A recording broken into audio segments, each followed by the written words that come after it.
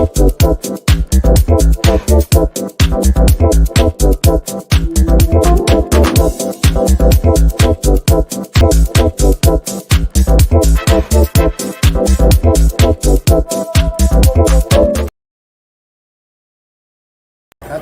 me. You want me to do another take? Okay, that's cool. Okay, I'll do another take. Ready? Yep. Hey, I'm Gabe El Taib, and I don't know if you know this, but Fantastic Comics in Berkeley is the greatest comic shop in the world.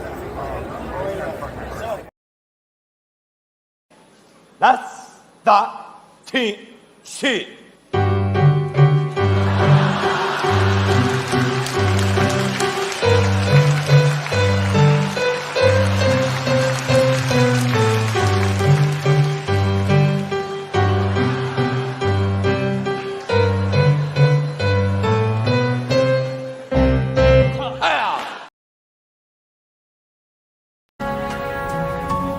The memories I'll never lose. 1,000 things I'll never use. I should throw them all away. But not today. In the bedroom, there's a touch of roses in the air. But when I turn to find her, she's never really there. You might not ever get rich. Let me tell you, it's better than digging a ditch or being chased by a witch. There ain't no telling who you might meet. A movie star, or maybe even a Indian chick. Working at the car wash. Working at the car wash, yeah. Does he sing in English or Russian?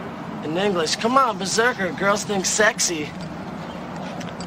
I'll watch. Wait, he's gonna sing. I'll watch. It's too funny. My love for you is like a truck berserker.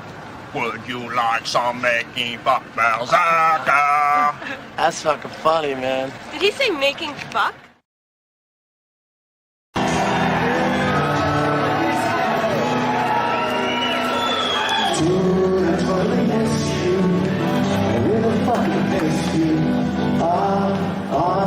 All alone, all the time, dude, I totally miss you. We think we did together. Where have you gone?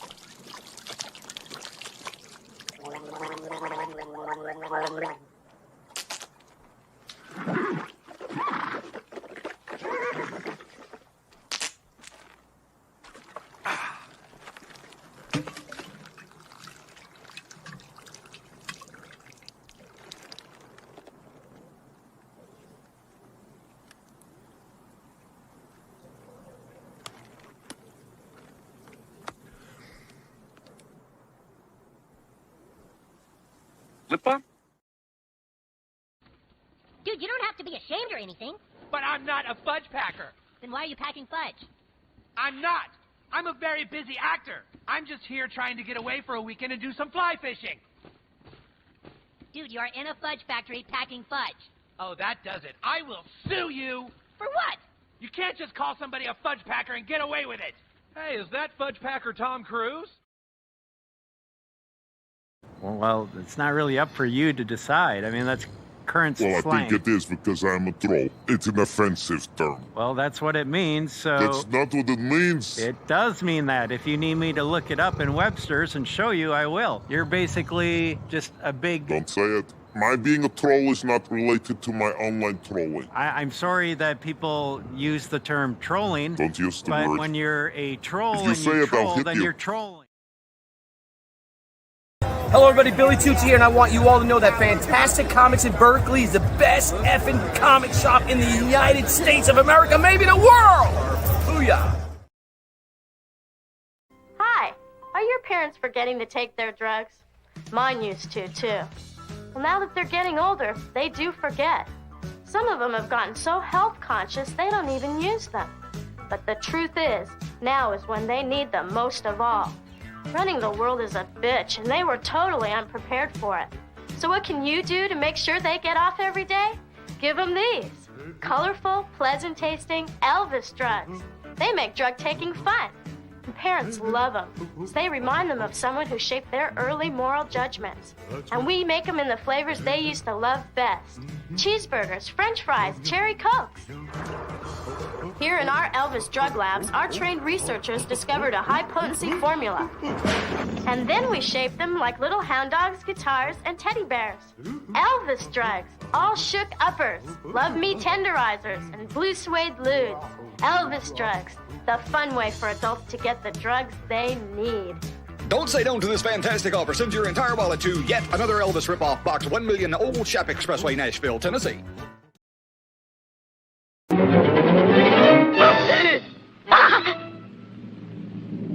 Snake eyes. Idiot teeth. Oh, hammerhead. Oh no, pussycat puss. Batman. Double header. Pickle puss. Pumpkinhead. Neon noodle. Jokebox jaw. Wolfman. Ruff. Ruff. You're all under arrest. You know, folks, I can do all kinds of farts. I can do little granny farts. Or great big beer-drinking truck driver farts. I can fart like a turtle. Or I can fart like an astronaut.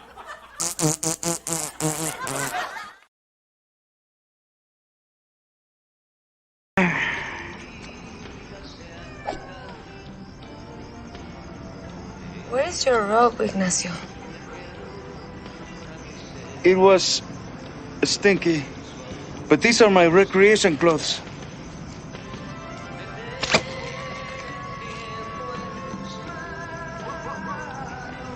They look expensive.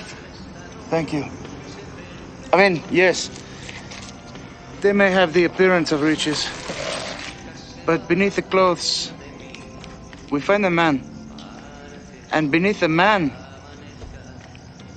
we find his nucleus. We're Americans to be critical in a time of war. Even the Democrats are smart enough to keep their mouths shut on this. Edward R. Murrow said we should never confuse dissent with disloyalty. Edward R. Murrow is media.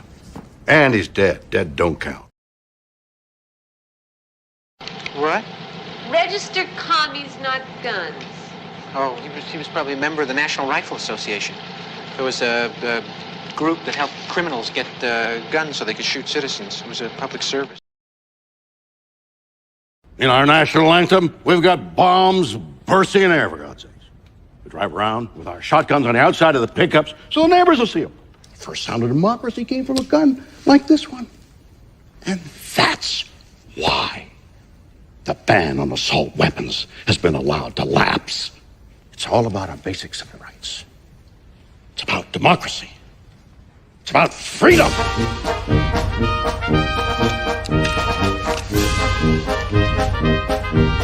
Denny Crane.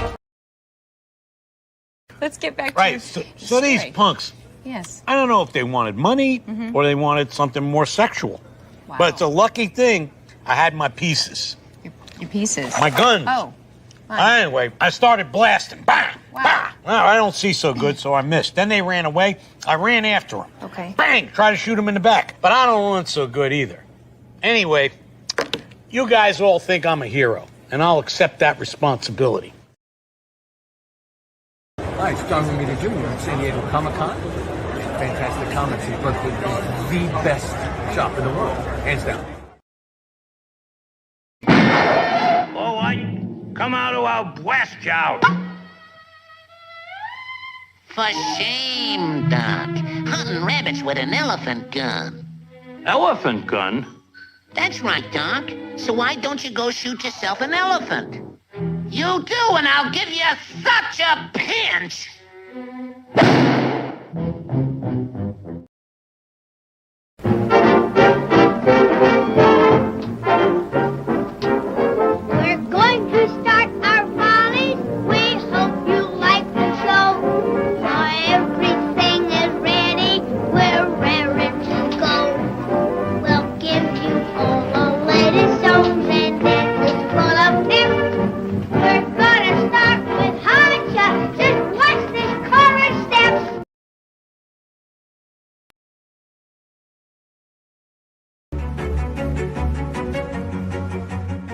Originally settled as Ocean View during the 1850s, the city's population boomed with displaced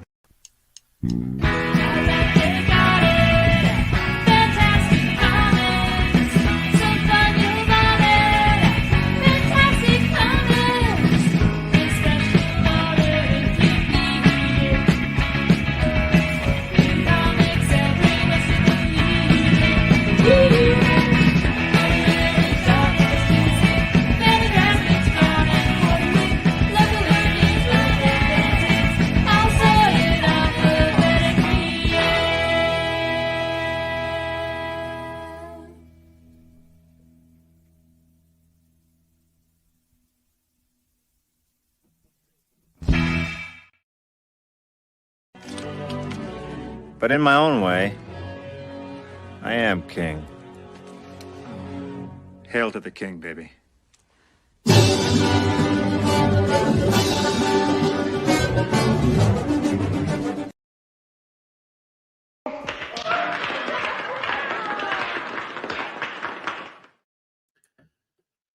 Hello, everyone. Welcome to Fantastic Comics Presents. This is our 230th episode, and I don't think it's going to be very long. There's a lot of stuff going on right now.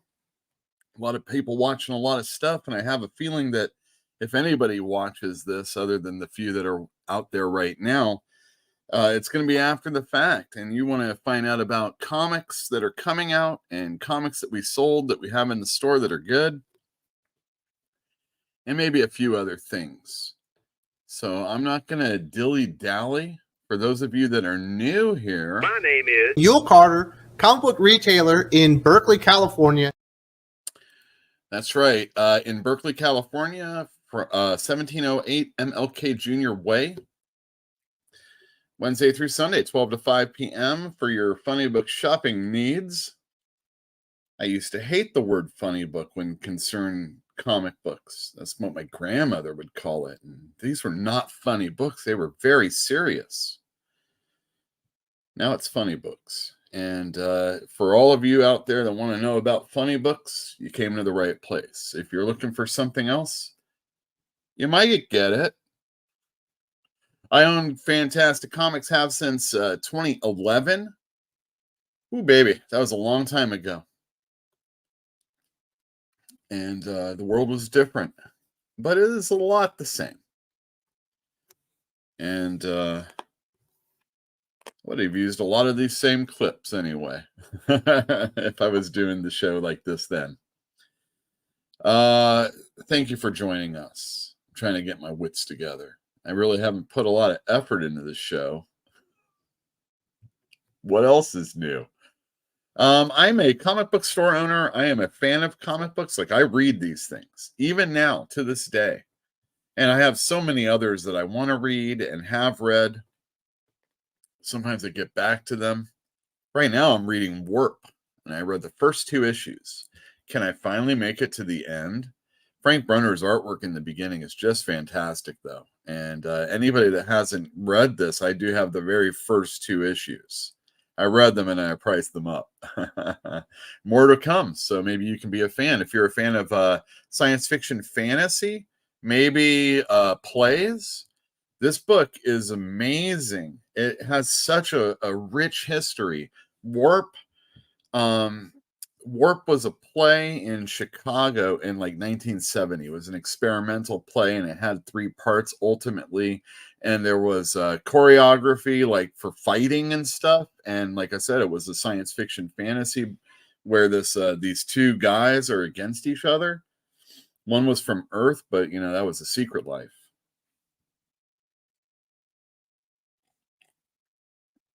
Great Frank Brunner artwork. If you're a Howard the Duck fan or Doctor Strange or Conan, that type of stuff.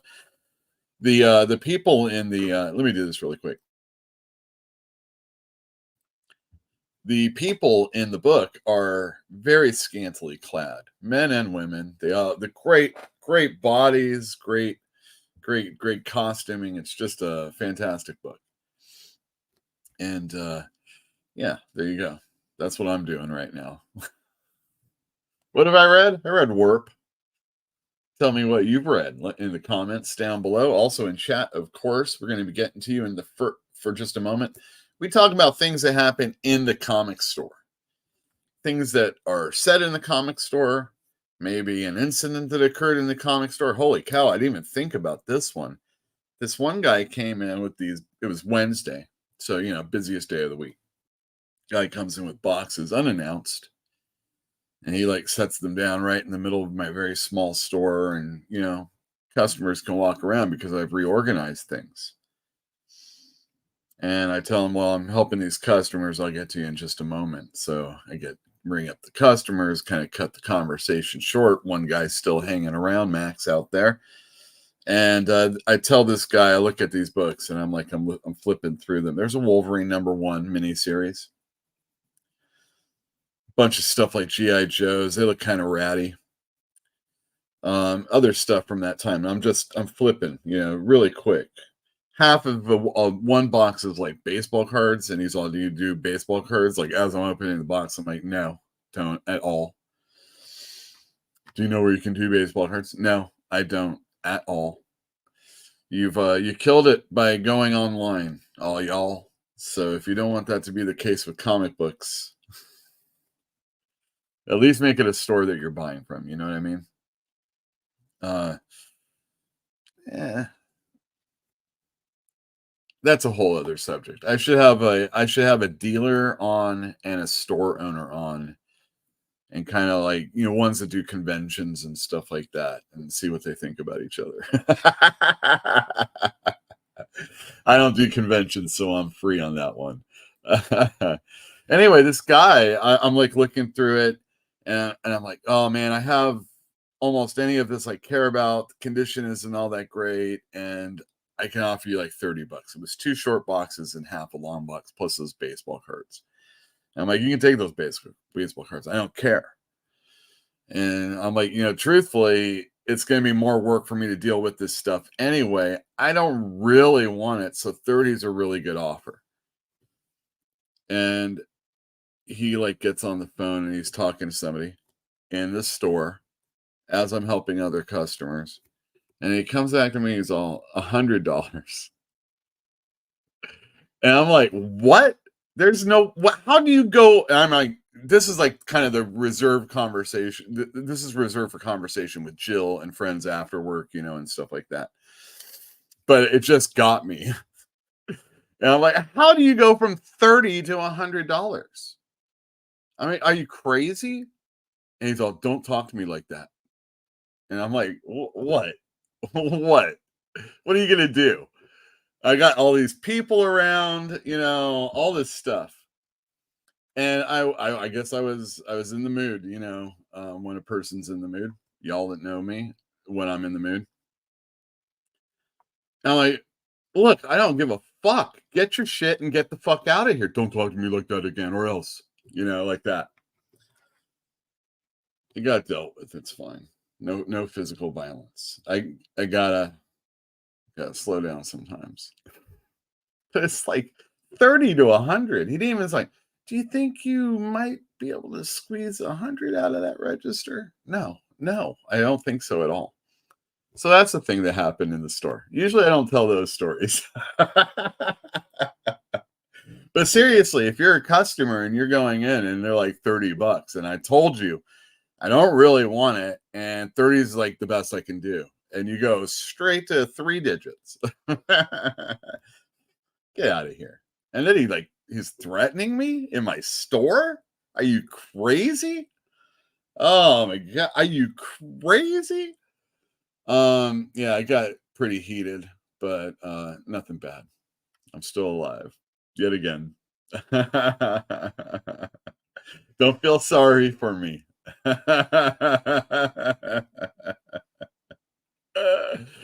All right, so let's get to our first segment of the day. It is something I like to talk about in the store with a few customers. Sometimes there's a longer conversation, sometimes a text thread. It is the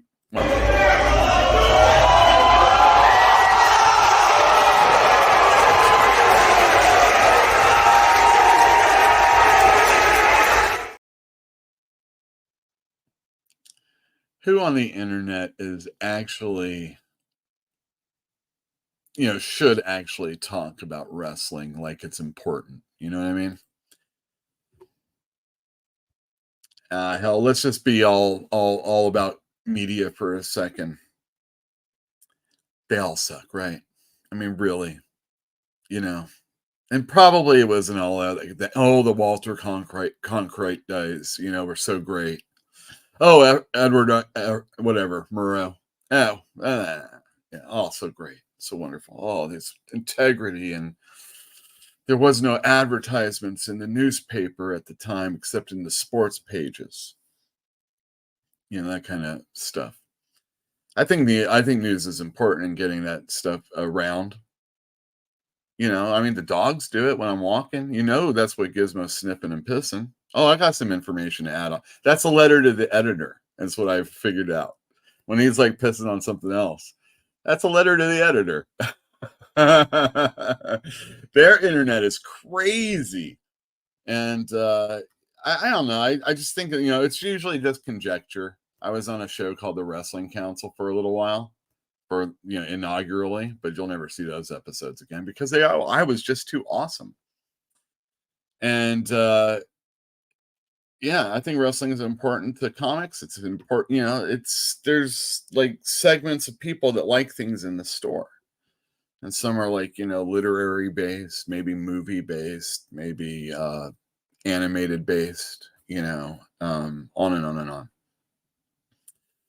And wrestling's one of those things. And sometimes it even seeps into comic books. The Hernandez brothers, Love and Rockets, that's a thing. I love Big Daddy Danger by Adam Polina. And then, of course, the most important person in comic books these days, Daniel Warren Johnson, did his own Do a Powerbomb.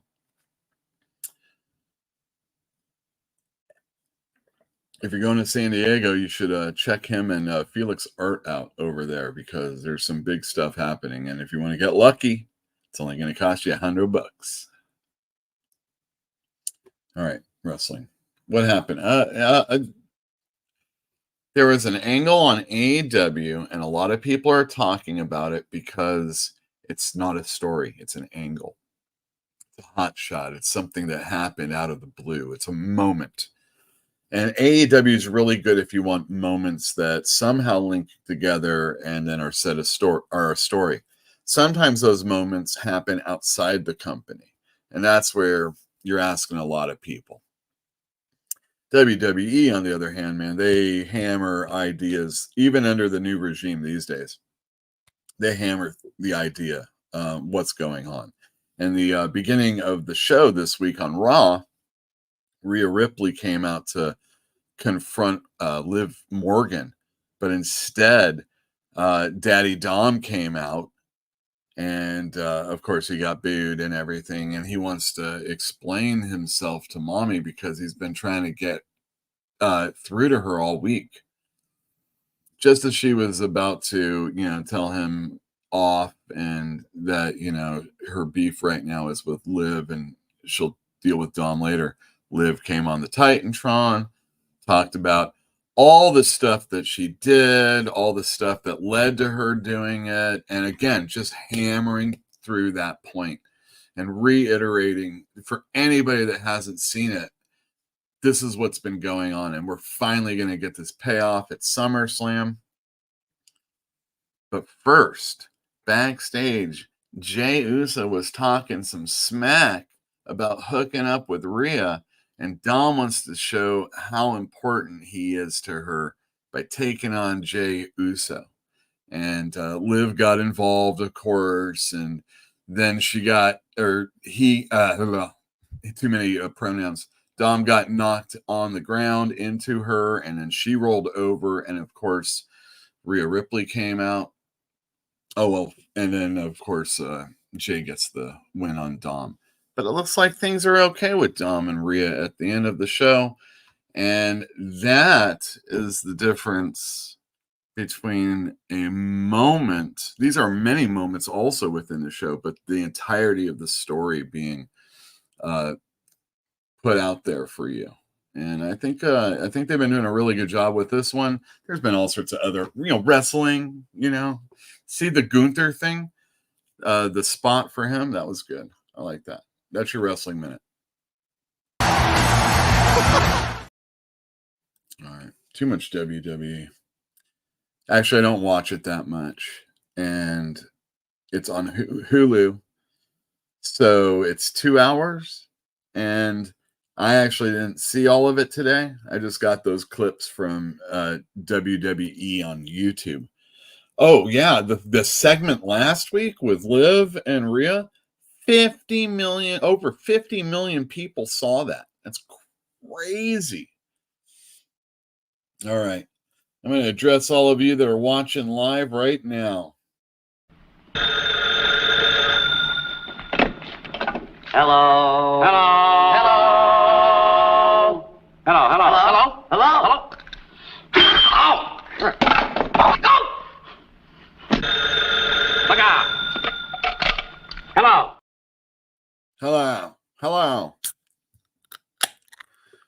I've actually had customers come in the store that have seen me on either this program or on Thinking Critical, maybe some other places at one time. And recently, I had customers come in and say, "Oh my goodness, I can't believe I saw you on YouTube." And I'm like, "Oh, well, yeah, I have a YouTube show, and it's Fantastic Comics."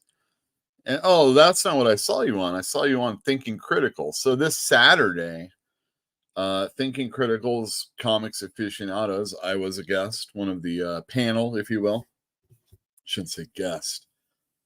And it's been a while since I've been on the show. I don't like to overstay, overdo it. Look at that, I'm already 28 minutes and haven't even said hello to anybody.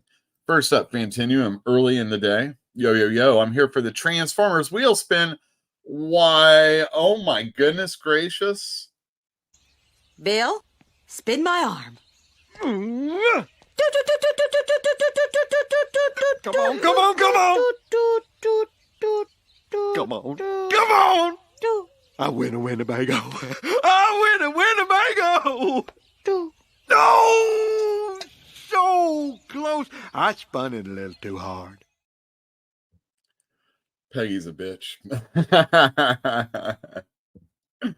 Yeah, he spun it a little too hard. We're going to go to that in just a moment, but let me get through these comments.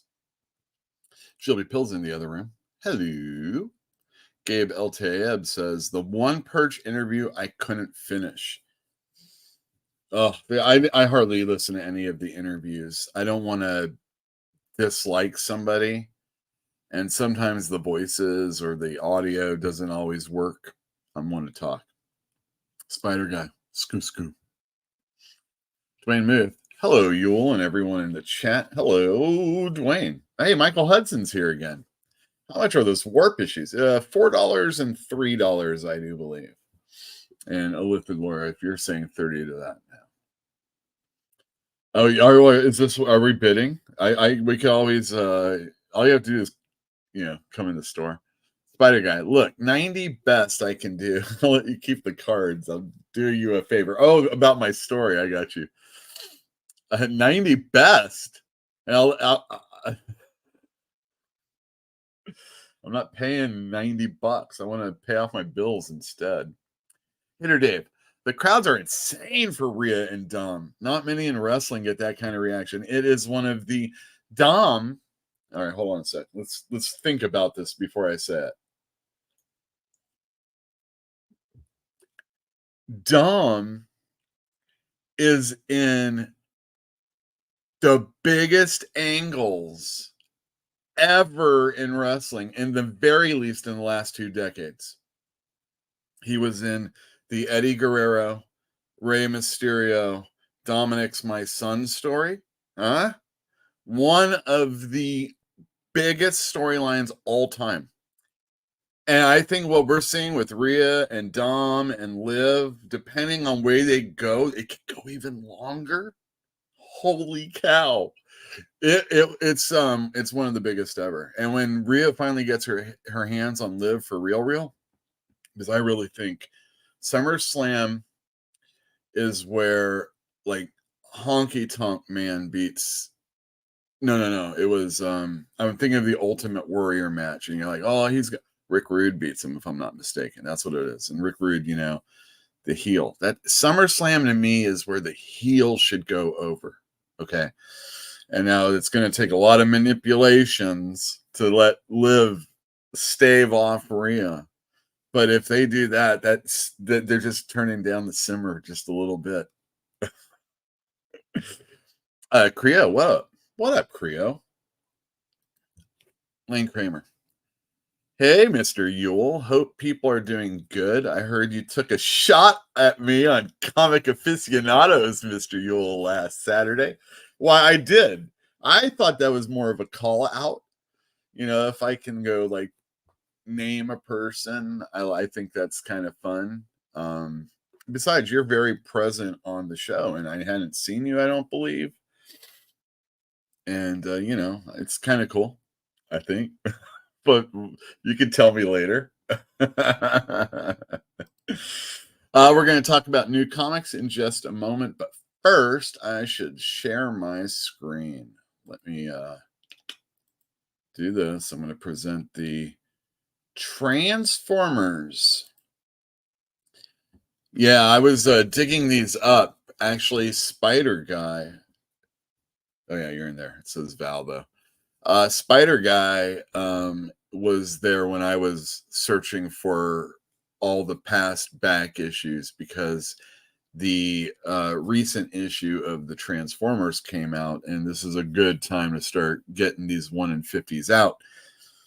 I appreciate everybody that continues to buy this very, very good series, and I'm very excited to see where the Energon universe is going, especially when Joshua Williamson comes on the G.I. Joe regular series. And I'm interested to see what's going to happen on issue 13 of Transformers, or what the next Transformers is going to be, or whatever. You can see all your names right there. If you bought an issue of Transformers, you're on this. If you bought a 1 in 10, which is a $10 book, there's a separate spin for you people, and another chance to get in the final spin. So it's 3 spins in total. This is the first one. Good luck to everybody. Here we go. That was very exciting. Oh, commercials. Yeah, I'll leave that. Cameron, I believe 4, if I'm not mistaken. So good luck to you. I'm going to stop sharing the screen as I close this. And oh my goodness gracious, this is exciting. We do have a situation that we've never seen before. I have to go back in and share the screen. This is very exciting. It's not very exciting. The 1 in 50 variant, by the way, is done by Torrin Clark. And I think that's RC on the cover. Look, it's a good looking cover. It does look good. Bruce Cameron, who just won the first round, and Fantinuum. All people have won a 1 in 50 already. So if you ever want to get on this short list, you got to buy the 1 in 10 variant for $10. I know it's a bit of a gimmick, but it's awesome, I think. And good luck. Cameron could like make, you know what? I got to do this before I do that.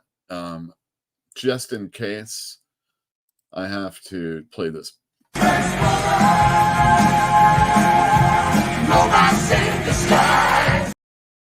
All right, round 2. If Cameron wins, there's no round 3. This is great. It's like less work. All right, I'm assuming I'm sharing now. So good luck to everybody. I was going to root against Cameron, but since everybody's won. Oh, no. We're going down to Bruce. All right. Cool. Well, I can just do this. Ace out Fantinuum. And good luck to Bruce or Cameron. Good luck. Bruce. Oh, Cameron. This is Cameron Day. It just was. We all knew it. All right. Stop sharing. It looks like it all worked out fine. Cameron is the winner. Congratulations. I do believe that is the second time you have won one of these Transformers books. Way to go. That's exciting. Let's see. What are we going to do? Oh, we should talk about comics from last week. Let me put a banner up. Best of last week. If anybody's interested and hasn't already subscribed to the channel, maybe hit the thumbs up if you haven't, and definitely the bell for notifications so you can find out when I'm going to have a show on.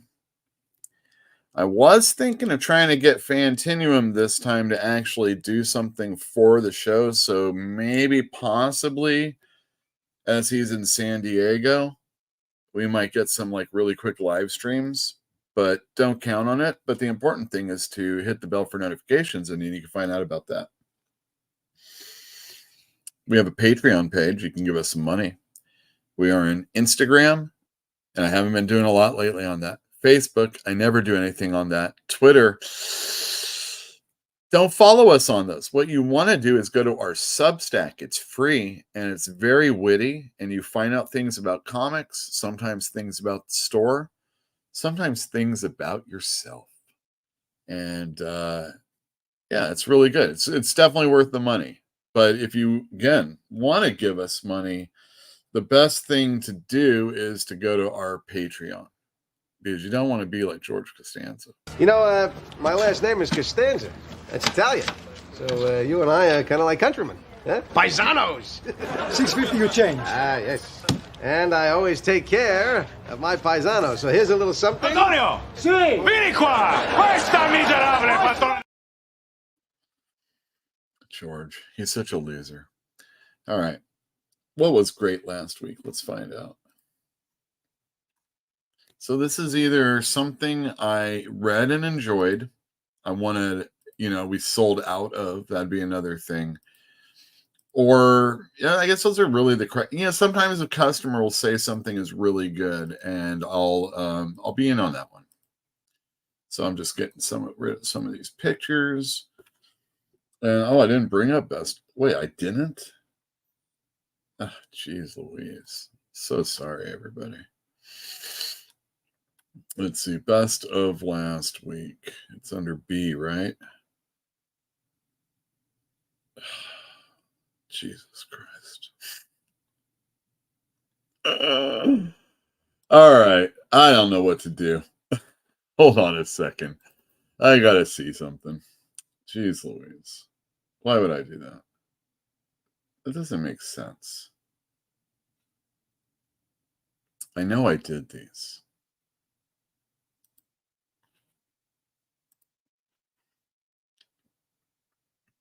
I know I did these. Whatever. Okay, let me just look one more time. Jesus Christ. This is the quality entertainment you come here for. And the reason why you come to the store to get this kind of effort. Jesus. Oh, there they are. Thank God. All right, hold on a sec.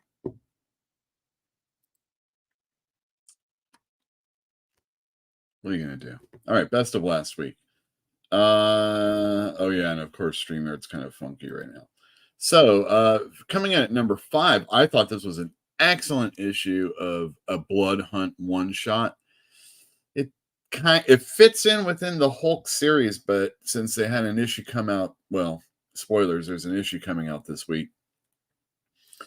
They had to put this out in a different way, I guess. And this is how they chose to do it. And it was really good. It's that fill-in artist from before that a lot of people didn't like, Danny Earls. So if you had to get everything, but we're like, oh, if Nick Klein's not doing it, and you had me pull it for you, you better be like the Ultimate Hulk person, or I'm not going to pull this issue for you. We still have a couple left. And I thought the story was good and it ties into the regular series. Doom reprint #1. I almost sold out of this again. And I think that's notable since the first one did so very good and there's a lot of heat. I actually have one pulled aside for Jill if her friend still needs it. So you can get back to me on that, babe. Transformers #10. I hear this ends on a cliffhanger. Of course, this sells very well, and often I forget to say anything about it. This week it's Savage Sword of Conan #2, or 3, I mean, that I'm not going to talk about. Because coming in at #2 was a book that surprised me. I went into it hoping that I was going to enjoy it, and I actually did. It is possibly the first Gail Simone comic I actually have read and liked. I was appreciative that the caption boxes were not someone thinking to me, and it was very much the style of the day that it's set in. So you see the S is a little bit different. He's back to reporting with Lois Lane and Jimmy, and I thought it was very good. But even more surprising, the Lois and Clark backup story, which is present day Superman, written by Rainbow Rowell, who has done things like to me, now this is only to me, the very boring Runaways, and the very boring She-Hulk, and the very boring Sensational She-Hulk. But whatever that YA book she did for First Second was very good. Her backup story in this made me laugh in a moment where I was supposed to laugh, and I enjoyed it quite a bit, and it had very good backup artwork too. So as far as a Superman book, this is really, really good, and I highly recommend people pick this one up. I know there's some people that wouldn't normally, but will for Gail Simone. And if you're apprehensive about buying a DC comic book these days because of, tie-ins and people with bad attitudes, this is a perfectly acceptable comic book, and I actually liked it quite a bit. And lastly, a lot of people were kind of down on this before it came out. Some people continue to be down on it, but I thought it was very good, and it sold very well. If you are a person that gets X-Men on hold from me, but you were getting it during the Krakoa era, I am not necessarily pulling this for you. So if you're watching this show, or if you know one of those people and you're watching the show, let them know that I am not pulling this for them. It's also selling out, but I have more on reorder, but it said it was sold out. And I know there's a second print. So what are we going to do? Jed MacKay wrote, I thought, a very, very strong introducing us to X-Men. And if you were like, man, I heard Krakoa sucked and I didn't get into it, but I know that the history still exists, you'll get clued in. And if you really like that Krakoa stuff, I would suggest check this out, because that stuff still exists. Just the mission of the team is different going forward, or at least the different books. This one is written by Jed MacKay. Some people call him boring. I don't think he's Steve Borlando at all. I don't think he's the worst writer at all. I think he's, if we're talking about tens, probably like a 6. And this book is a lot stronger than a 6.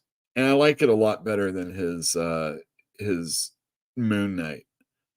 And a lot of people like his Moon Knight. So I think you should check this book out. Ryan Stegman's art is a bit cartoony, but I appreciate that the Beast is funny and he's interesting and he's witty and he's not that stuff that I've been, oh my God, do you know how bad Beast has been? Everybody bitches about Bobby coming out of the closet. Let me get this. Everybody bitches about Bobby coming out of the closet and being gay, and there's rightfully so. But the worst thing that's happened to the Beast is anything during that time and anything since that. And I do not like the last 4 issues of Grant Morrison's X-Men. And I do not like Mark Silvestri's art on that. Everybody looked like they had Botox and their facelifts and stuff like that.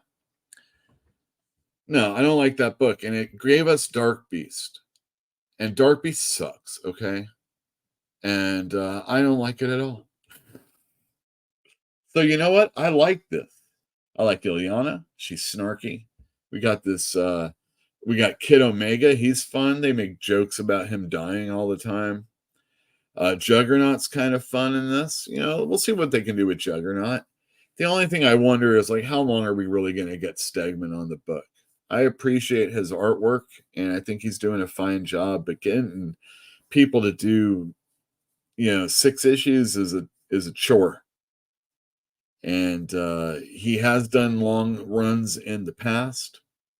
I hope they have adequate people to fill in afterwards. But no, this is a good first issue, and I do like Jed MacKay. His Avengers is kind of... Actually, I like the first issue of the Blood Hunt one, so I like his Avengers too. Jed MacKay is good. He's not like the greatest guy in the world, the greatest writer in the world, but he's good. All right, so that's the best of last week. What did you guys like? Anything? Let me know in the comments. Let me know in these right here. Let's see. All right, Lane. Don't pick it up. I heard it's bad. Yeah. Well, I mean, pick it up if you ordered it. I did not like the first issue of Ultimates. Wes burned it, and he said they were getting a little political, but whatever. That's not that big a deal to me, but yeah, with the lore. I think it's telling that Hickman isn't doing Ultimates, that Marvel actually has no plan for the line. Bam. If you like one of the books, keep with one of the books. Hopefully they don't touch on each other too much and you'll be happy. I think Black Panther is good. I like X-Men. I don't hate it. And yeah, Spider-Man's great. That's just a really... Still reading? There you go. Spider Guy. Gonna read Ultimates 1 and 2 tonight, but I'm enjoying the others. I'm enjoying. I think the thing is that we're really hoping that it starts shaping up. But every one of the other ones, like, I would say that Peach's book is pretty much the same as it was in the beginning. And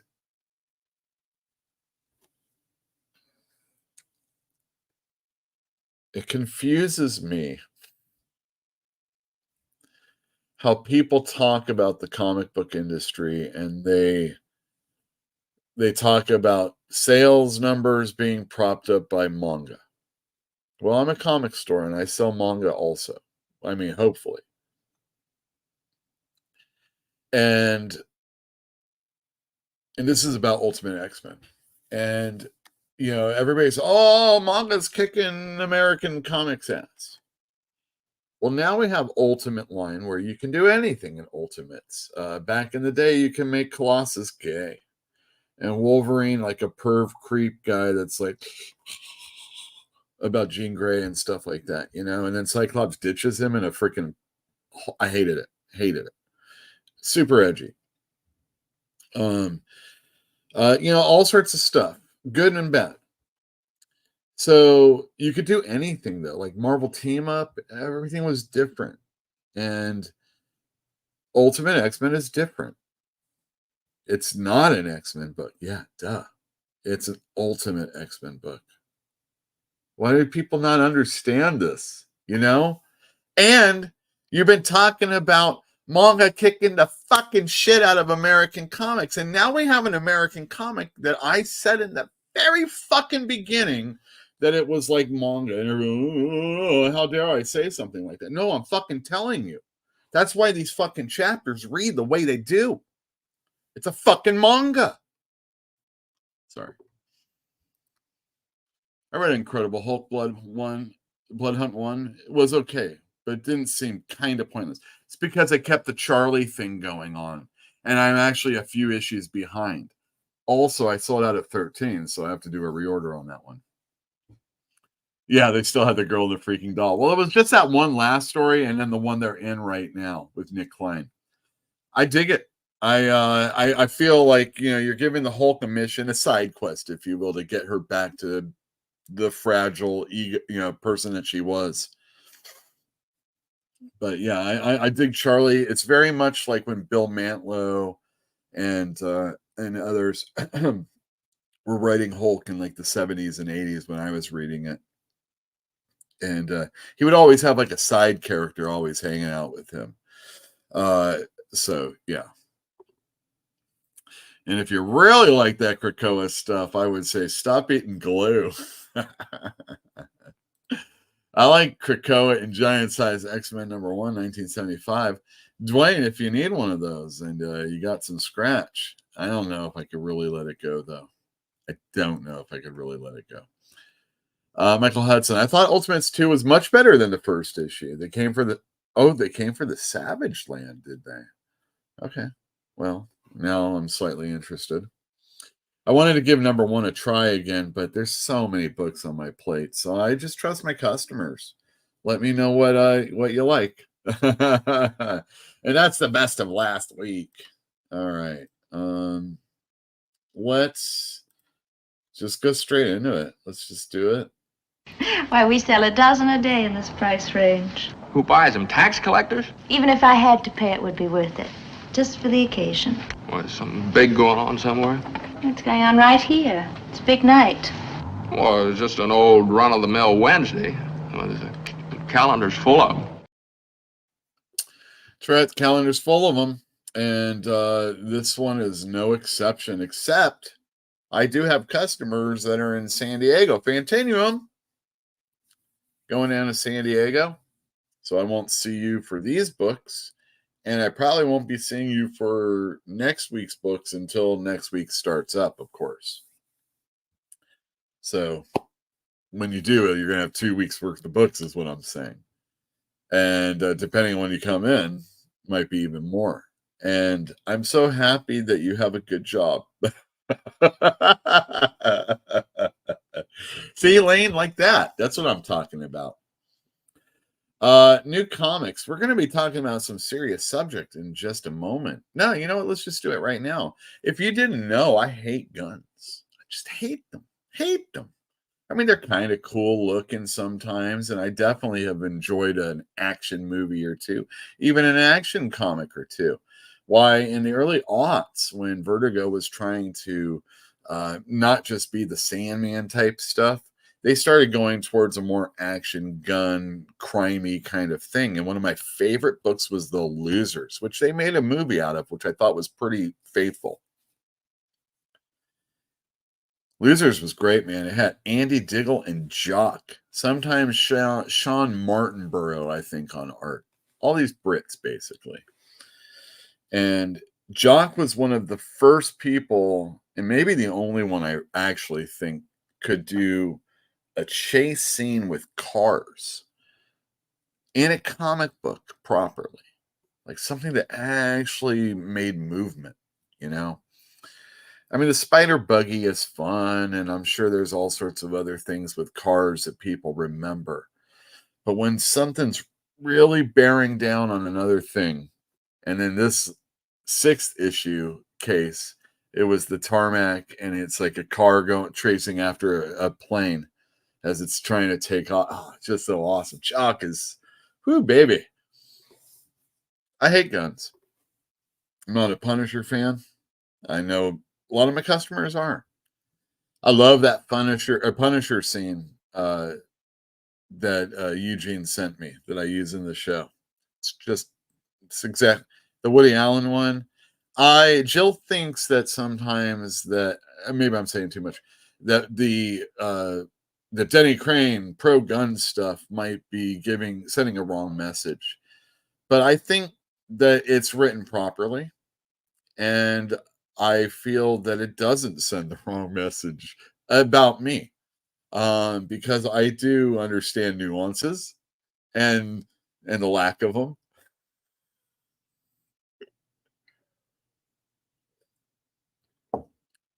Or how we can have crazy extrapolations.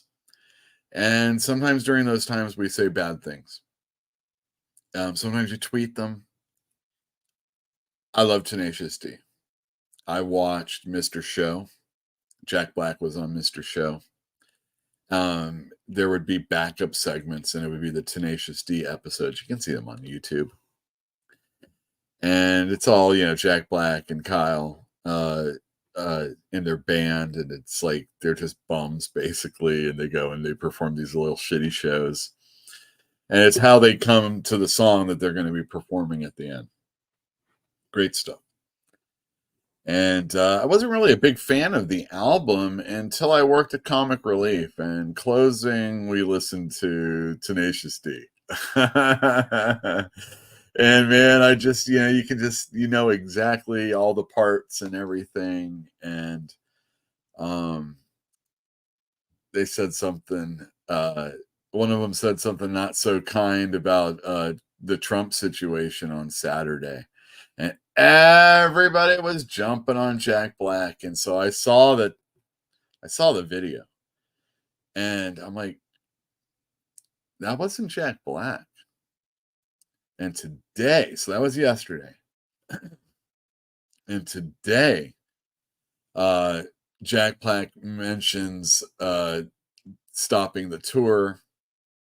And, it sounds like Tenacious D might, someone's like, is this the end of Tenacious D? I just assume they just get together when they do, and sometimes there's a tour involved. But then just a little while ago, the agent or whoever represents him fired him or let him go. So Kyle is let go. Jack Black is not. So Jack Black got his thing out in time.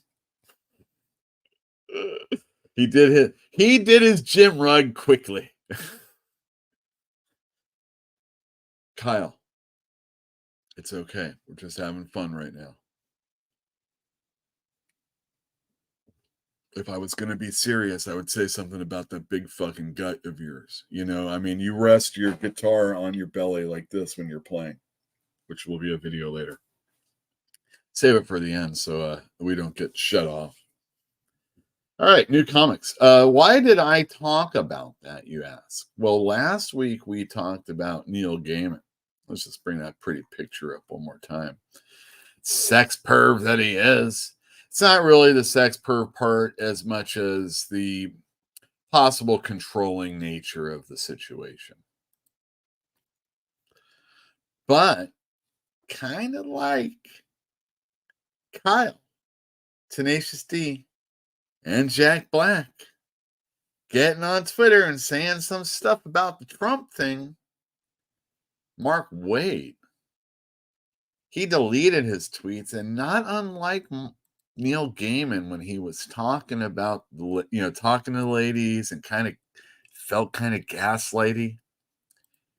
Mark Waid had a big announcement, and his was kind of gaslighty too, about all the people that would take what he said wrong, including people from the comics book, the bad guys of comic books. That's what I'm going to call them, the bad guys of comic books. So but he wanted to let you know that he deleted his tweets because of those people. He just wanted to nip it in the bud. Now, right now, one of the best books that is being published by DC, and it's really hard to find a book that's worth a shit. It is the Mark Waid's World's Finest Batman and Superman book. It has art with Dan Mora. What if Dan Mora was like, oh, well, we call it in the comic book community, in the comic book industry, it's called doing an Al Ewing. When is but it'd be reversed rather than the writer attacking the artist. It would be the artist attacking the writer. When is Dan Moore going to go, I don't think. Word for word for Jack Black, just with Mark Waid instead. I don't think he's going to get in trouble, but he has in the past for doing things in the past.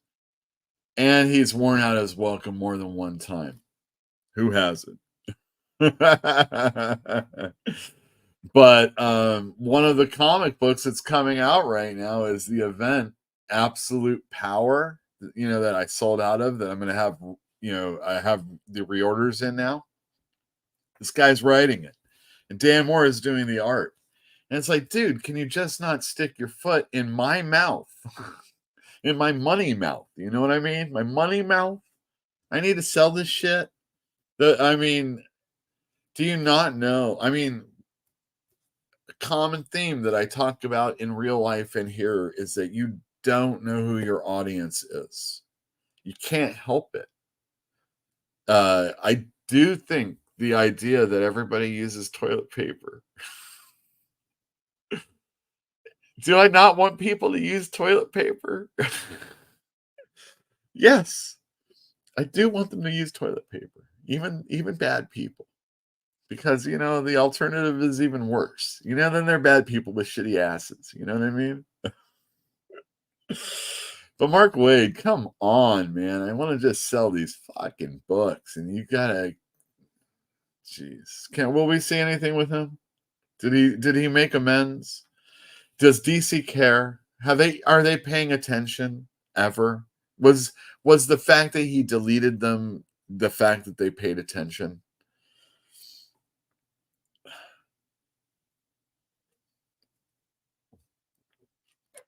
And before people think I have a Denny Crane situation going on right here, I don't ignore anything people say.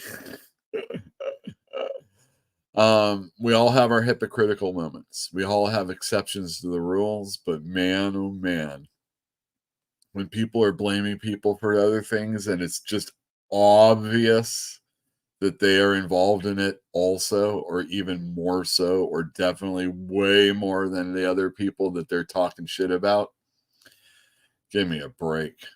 That's what I'll say about it. That's a store thing. I don't usually do it on the show, but here we are. Nightwing this is where I have that kind of conversation with Tom Taylor comic books. Hey, Deadman's in this issue. Why, they must be in Kuala Lumpur, blah blah blah. I forget what the name of it is. I actually like the very first part of this story. I did not read the second part yet, but I do like the art. What is it? Bruno Redondo on art. Not Nestor. All right, here we go. Mark Waid, Batman, Superman, World's Finest. Now, come on, everybody. This is a situation where you're going to just look at this cover. The main cover, everybody, by the way. I'm sorry if I've alerted you to bad things about Mark Waid. But if you didn't know it, you should have, and he's been this way for a long, long time. You don't like Salvador Dali or all the jazz performers, or Chuck Berry, or all of your comedians? They're just tortured souls, and the only way these artists can do something is to lash out. And you blame social media more than that, more than the people, because you wouldn't know about it otherwise. Or blame me. I guess this is social media. Absolute Power tie-in, tie into that thing with Mark Waid. Joshua Williamson writes this, and holy shit, Campbell on art. Oh, is it Jamal Campbell, or we're gonna find out it's like, some dude from another country Campbell? Holy cow. This is the first time he's been on this book since like issue 6. He's so good. I mean, he partially sold me on the book. They've always had a really good fill-in illustrator, And at least it was cohesive because of the House of Brainiac thing. But man, it's been a long time since I thought he was out of DC, actually. That's what I thought. All right, here's a book that's surprising. I have been really enjoying this most recent storyline of Titans. It's written by Tom Taylor, and I've already made fun of him a little bit. But this one is really good. I like the whole Raven story. She has the whole Trigon and another thing causing her anguish. And the Titans don't know that Raven isn't really Raven, although somewhere deep in there it really is. I like the art. It's not as great as this cover. If you think this cover isn't good, then maybe you'll like the art more on the inside. But this has been a really fun storyline, and it's the original Titans, the Teen Titans, new Teen Titans. Exactly what you want, minus Kid Flash, which you never wanted, ever. Oh, the aforementioned Ultimate X-Men number 5. I read it already. It's so pleasant and not pleasant all at this. You know how there's like jaunty, happy music? Think of like the Decemberists or something like that. Meanwhile, they're singing songs about people murdering other people. Oh, it's a very happy kind of song. As I'm stabbing you to death. That's what this book is. I like it. I mean, seriously, if they don't put this out in manga format, what the hell? Immortal Thor number 1 annual. Every annual is a number 1, and this is part of the Infinity Watch storyline. It started with Thanos, and it moved on over to who cares? Oh, Amazing Spider-Man. Amazing Spider-Man. Anyway, if you're interested in the Infinity Watch or just the Thor story, this is definitely one that you're going to want to pick up. Al Ewing's involved. The aforementioned Al Ewing in another story within this story. Wonder Woman, Absolute Power tie-in, Tom King, and who is the Daniel, I wonder? Is it Tony Daniel? No. It can't be Tony Daniel. I can't wait to find out, though. Yeah, this is all about absolute power, the people that we love losing their powers, and Amazo clones, I guess, are taking them on. This should be interesting because up until this moment, all of the Tom King stuff seems to be kind of self-contained, like, oh, when you read Wonder Woman by Tom King, this will not be in one of those books. That's my guess. Incredible Hulk number 14. I just told you I have sold out of number 13. Holy cow, I think I better order more backups because this has a weapon extraction backup story. And I don't know who's in that, but it sounds like it's either Wolverine or Deadpool, or maybe both. So, yeah, there's another reason to pick this up. But most importantly, Philip Kennedy Johnson and Nick Klein on art. Just great stuff. I've been enjoying this series. I am a few issues behind, a couple issues behind. Invincible Iron Man number 20. I think this is the last issue. They're talking about what happens with Iron Man, Tony Stark, and Emma Frost when their marriage is not important because they don't need to have the union that they had. And they probably are, what about their sham marriage is what I'm saying. If you've been wondering what's going to happen with that, this is definitely the issue you're going to want to get. Also, like I said, it's the end of this one, and I'm sure there's another one to come. Destro number 2, the 2 of 5 by Dan Waters and some artist I don't know. I haven't even read the first issue yet, and I'm already behind on Scarlet number 2. Are you? I know you bought them, or did you? Did you know they were out? If you're all into this Energon universe, because I'm telling you that G.I. Joe is going to kick some serious ass when it happens, you're going to need to get these too. Phoenix number 1, the second book of the From the Ashes, A New Beginning storyline in the X books. I don't know if this is a regular, ongoing, or a mini series. Guess what? It's going to be a mini series. It doesn't matter if it's 5, 7, 9, 12, or 15. It ain't going longer than one of those.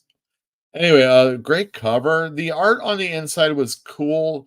The story was being told to us by a different narrator than Jean Grey. And although I paged through a bunch of it, I think I'm actually going to go back and read it because I did like what I was seeing. But I'm not sure I'm all that invested in a Phoenix comic book when it's not with the rest of the the X-Men. Although there is a moment with Jean Grey and Cyclops that I hated, it should be a momentous moment for all of you that are sick of that throuple thing that was going on with him and Logan and Jean. Scott and Jean are 100%. You know what I mean? At least in their way. Redcoat number 4 comes out. Some people already get it, but I get mine from Lunar, and it's understandable. Nonetheless, Redcoat number 4 comes out. X-Men one shot, Blood Hunt, Laura Kinney, Blood Honey, the Wolverine, Laura Kinney, the Wolverine. Stephanie Phillips again. Why she's writing Phoenix, and I love the Miraclo. What's Miraclo in chat? Do you know? Laura Kinney, the Wolverine. I don't know who the artist is. Somebody named Gil. Oh, you know what? I think my customer Mike D would want to get that issue actually. Dark Knights of Steel all winter. Well, when all this fails, read a story with these characters that you have no emotional attachment to at all because they're in a different setting. This is an Elseworlds title, and probably not unlike the Dark Knights of Steel, which was really good. We're getting more of it. This is all winter, and I can't even tell you who the hell that character is. G.I. Joe, a real American hero. Why, we've got news. Hold on a second. I don't know where the dateline should go, though. We've got... do I have it? Yes, I do. News. Did you know that G.I. Joe had a crowd-funded comic book from Kickstarter that raised over $3.5 million? Victor Santos tweeted 17 hours ago, meanwhile, the man who created it, Larry Hama, and he didn't receive a penny for it, and he can't afford to retire. Larry, a while ago, I think, said that he has macular degeneration and will be incapable of drawing within the next few years. I gotta say, I never really think of Larry Hama as an illustrator. And that's not a diss on him. I understand that back in the 70s, you had to do it all, you know. He's no Al Milgrom, you know what I mean? So if you want to sketch, better act soon. Although my arthritis may make everything move. Anyway, blah, blah, blah. Everything sucks. And he's not getting any money from this 3.5. But I do believe it was announced earlier today that he is actually getting some money from that. And I think that's good. Kirkman is a guy that can afford it. Hasbro is a company. Man, someday I'm going to have to do an all Hasbro episode because Hasbro owns Magic the Gathering. They own Dungeons and Dragons. So everything that was like WotC, Wizards of the Coast. TSR, which was bought by Wizards of the Coast. So anything you ever used to like and don't see, or you see, and it's like, it's all owned by them, you know? And they're doing some shady fucking shit these days. And Hasbro's owned by G.I. Joe, or G.I. Joe is owned by Hasbro, which was created, G.I. Joe, which was created by Larry Hama. Larry Hama, like he wrote all the histories of the characters and everything. Marv Wolfman wrote episodes of G.I. Joe. Like you can see comic book names on that program. Just and you know, they it's toys and it's this and it's that and it's murky and you know we're not going to reprint it or we'll let this company reprint it, but maybe you aren't going to get paid. So Larry Hama has been doing, anytime there's been a real American hero, he's been the one writing it, like for the last 20 years.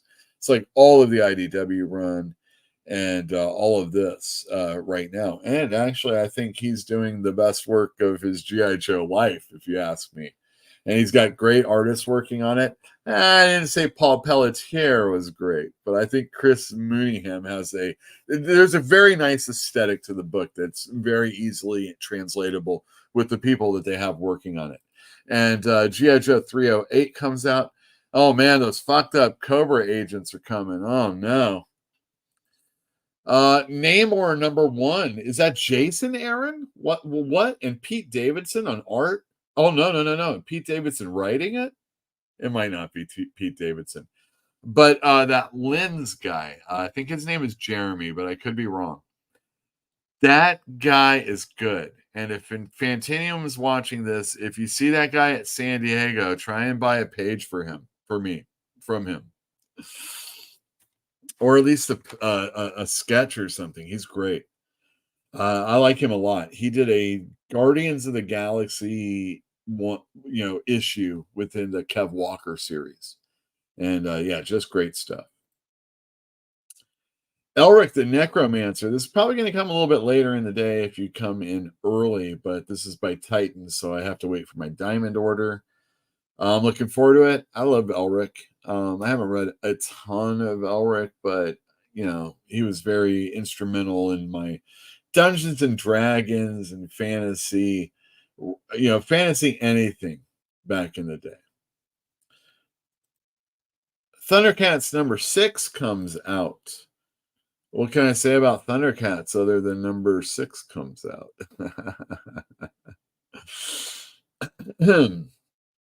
Let me see. I want to do this really quick. All right. Next up, we have Paranoid Gardens. This is by Dark Horse. Gerard Way writes this one. And of course, everybody loves Gerard Way, right? He did, what did he do? He did most recently, he had a Gerard Way universe, if I remember correctly, from DC. And there were other people that were writing stories within that. I think he did like a Basket Full of Heads or something. And there was also the Doom Patrol that Gerard Way wrote. He is known for the Umbrella Academy and some group that I don't know anything about. Scarlet Witch. Oh, wait, who's the artist? Let's see. I don't know. Oh, Chris Weston on art. Really? Chris Weston is third. I wonder if Sean Simon is the artist and Chris Weston is actually inking. Weston's a little older, so that might be the case. 2 more to go. Scarlet Witch, #2. Steve Borlando writing, and I don't know, the artist that was doing the other ones, I assume. I have no idea. I have people that like this. Great cover. Look at that cover.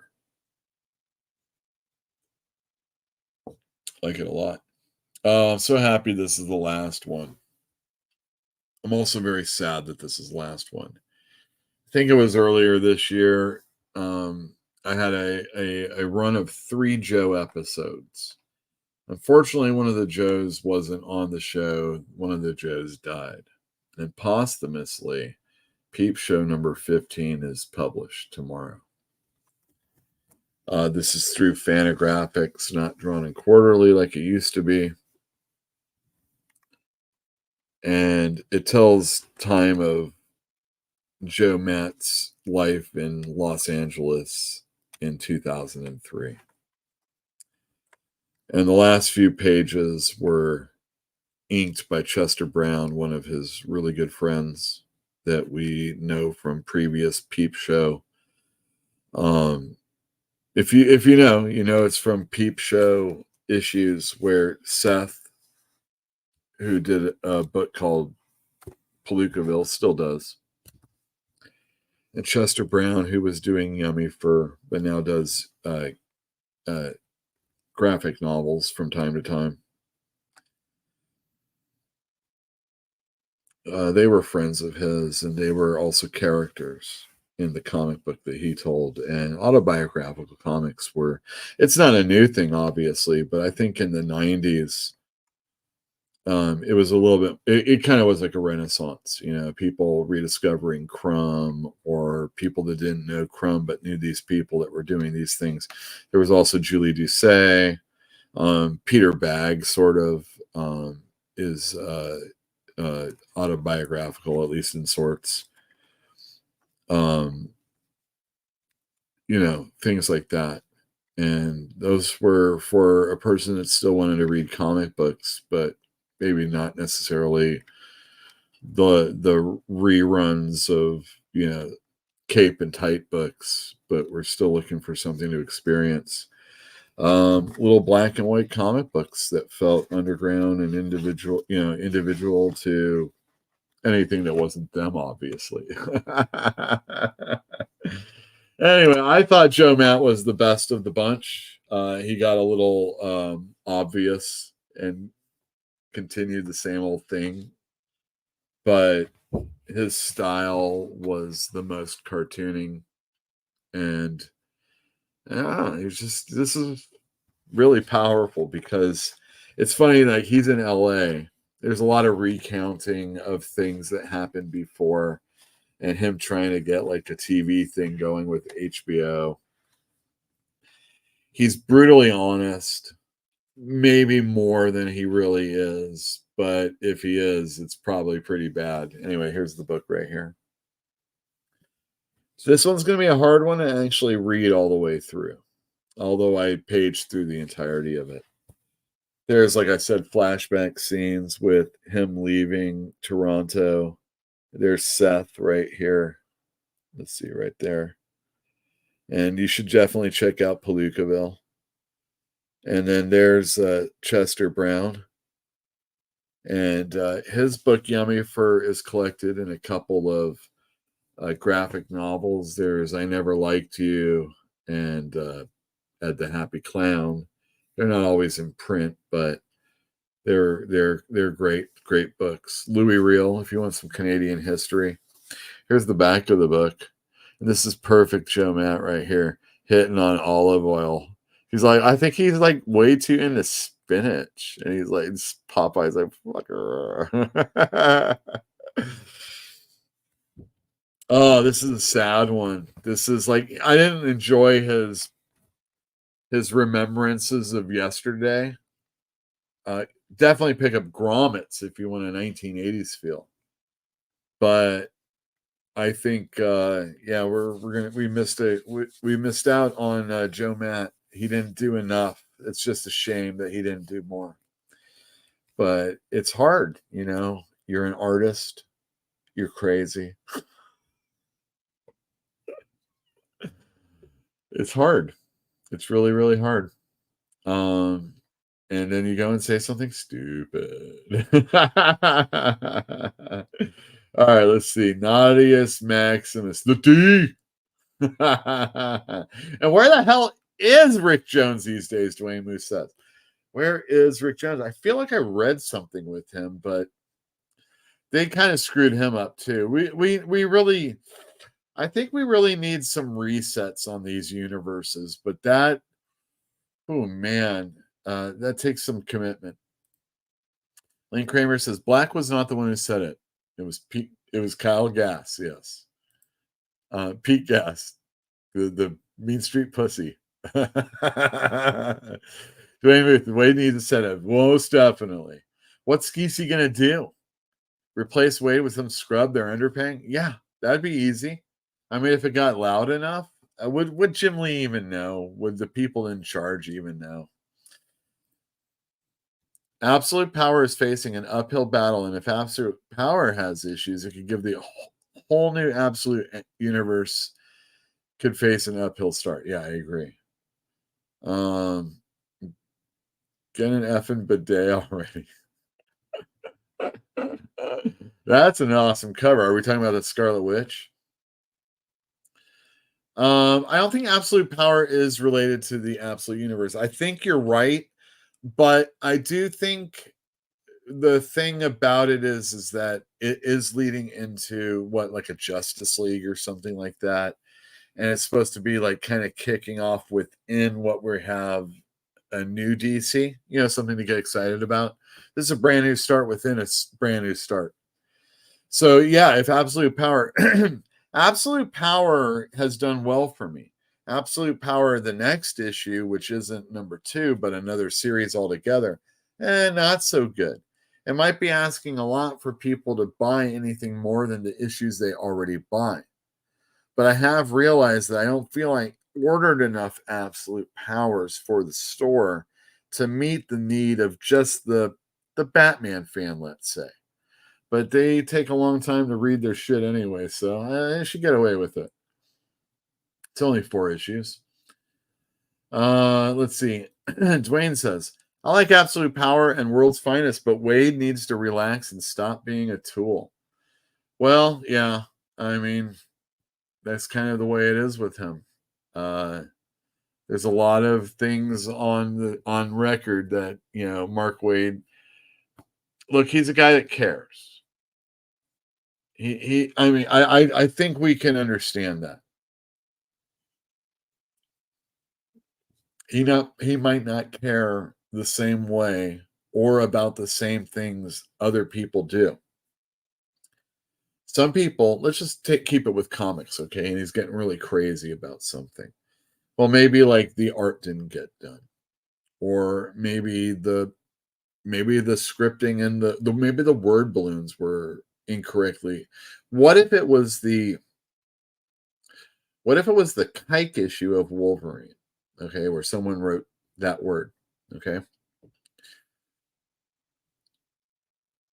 Would the anger that Mark Waid has, knowing how much he cares, either as an editor or a writer, would it be okay then? Yeah. We all say stupid things. He just seems to say a lot of stupid things, and people know about it. You know what I mean? Glass houses and stones. You know what I mean? Kid Venom had a great manga feel, and no one is talking about it, so it'll probably get canceled. It was canceled the minute they announced it, okay? But it does have a great manga feel. And I do think people should check it out because it is interesting looking. But I haven't read it, and I really don't care. Is it going to tie in? I don't read it. I don't care. But we'll see. Sean Hickey. Incredible Hulk's been a great run so far. Klein's been killing it in art. I agree. Scarlet and Destro were butts. Gonna wait for the X-Men book. Very good. Let's see here. I forget All Winter is Coming. Oh, it's Slade. Duh, I was an eyeless guy. Definitely grabbing that. Well, Jolly Green. I don't know you, so welcome to the show. That Larry Hama letter was from #Comics Broke Me time. That's right. He's getting paid for this Skybound campaign. Yeah. I mean, if anybody, like I said, all right, so I don't know what Kirkman pays. I know that he pays artists to not do another thing for well over a year's worth of getting comics out monthly. And you don't even hint at doing it, and nobody even hints about you doing it anytime he wants that to happen, including Chris Samney, the guy who was doing that Titans cover. Chris Samney, who did Doom, the book that was number 4, because it was a reprint. That guy. He can keep anybody silent with money, I assume. Which is probably better than DC. Definitely, I hear better than Marvel. Unless, of course, you're probably one of those cover people. There's no reason why, I maybe, again, you might have to hold his feet to the fire just a little bit, but Kirkman can afford it. And it's good for him to do that. That person that posted today was just looking for rage bait clicks. He got it. I retweeted and said, this is bad. Or re-quoted it.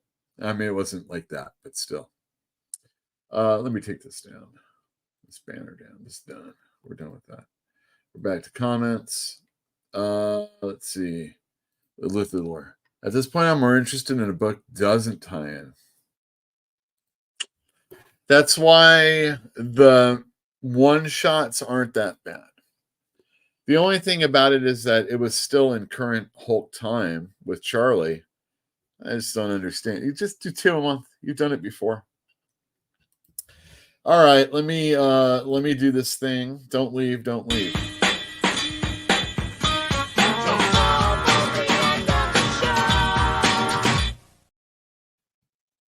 Oh, it's almost the end of the show. I went an hour and a half when I thought I had 10 minutes of work.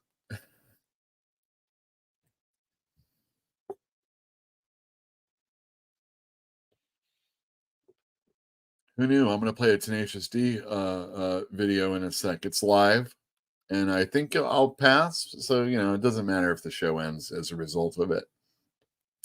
These are all my patrons. Thank you so much. Thank you to all the people that are subscribers to the channel. Emil, if you're listening.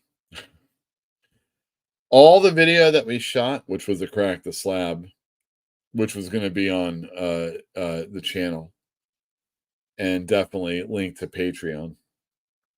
Erased. I don't have it anymore. It's gone. I can't get it back. We wasted 20 minutes. Sorry. We cracked an old comic book, and it was pretty nice. I liked it a lot. It was a 1.5, so we actually paged through it a bit. Had a lot of Bill Everett artwork and also Basil Wolverton. Check them out if you don't know who they are. Anyway, these are all my patrons still. Thank you very much. I don't say you're going to get anything, and you can give me whatever you want or nothing. I appreciate it either way. And thank you very much. You've gotten me through hard times, and the hard times are still here, but they're getting better.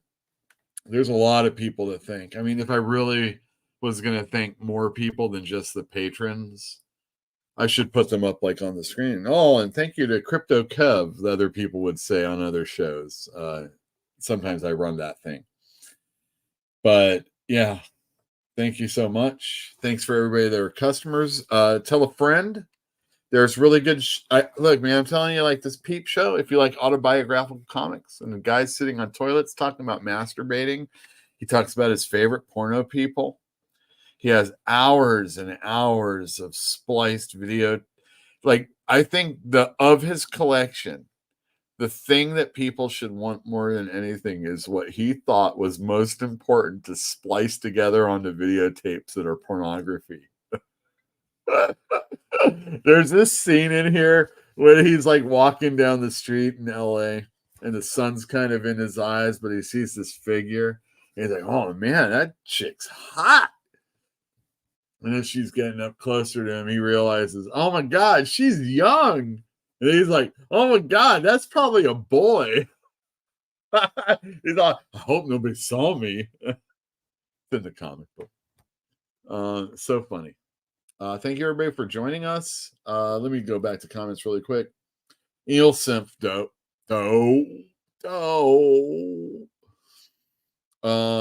And then Michael Hudson says, I'm sold. I got to have one. We're talking about Peep Show? Oh, man. You're in for it's a new world for you. Thank you, everybody. Tune into this video that I'm playing, and I'll see you next week. Now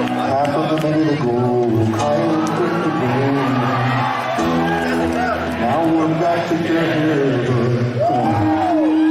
Misunderstanding. Didn't understand. Doesn't matter. Now we're back together.